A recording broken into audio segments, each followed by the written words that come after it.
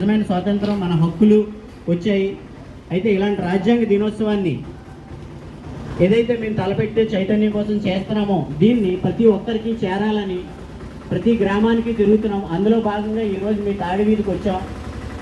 ప్రధానంగా శ్రావణి మేరీ గారు ఇక్కడున్న గ్రామ ప్రజలందరినీ కూడగట్టి ఇంత మంచి కార్యక్రమం ఇక్కడ నిర్వహించుకునే అవకాశం మాకు కల్పించడమే కాకుండా మీ అందరికీ కూడా భీమసేన వారు నిర్వహిస్తున్న ఈ రాజ్యాంగ దినోత్సవ కార్యక్రమాన్ని మీకు పరిచయం చేసి మిమ్మల్ని మీరందరూ ఆ కార్యక్రమంలో పాల్గొనేలా ఆవిడ కృషి చేశారు.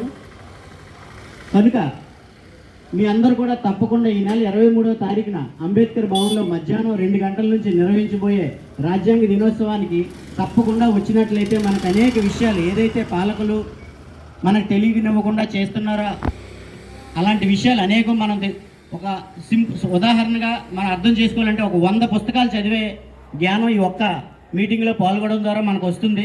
ఈ రోజుల్లో మనకి పుస్తకాలు చదివే అవకాశం అంతగా లేదు. కనుక మనకి ఇది మన పిల్లలకి మన రాబోయే తరాలకు కూడా చాలా ఉపయోగకరంగా ఉంటుంది.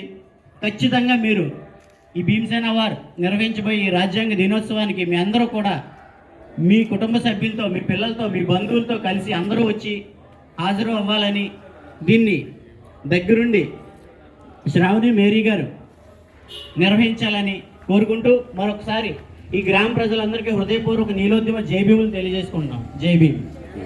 దినోత్సవాన్ని విజయవంతం చేద్దాం. రాజ్యాంగ దినోత్సవాన్ని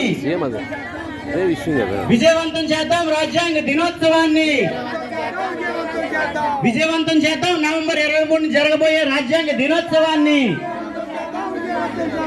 జై భీమ్, జై భీమ్. వర్ధిల్లాలి భారత రాజ్యాంగం, వర్ధిల్లాలి భారత రాజ్యాంగం, వర్ధిల్లాలి భారత రాజ్యాంగం. జై భీమ్, జై భీమ్.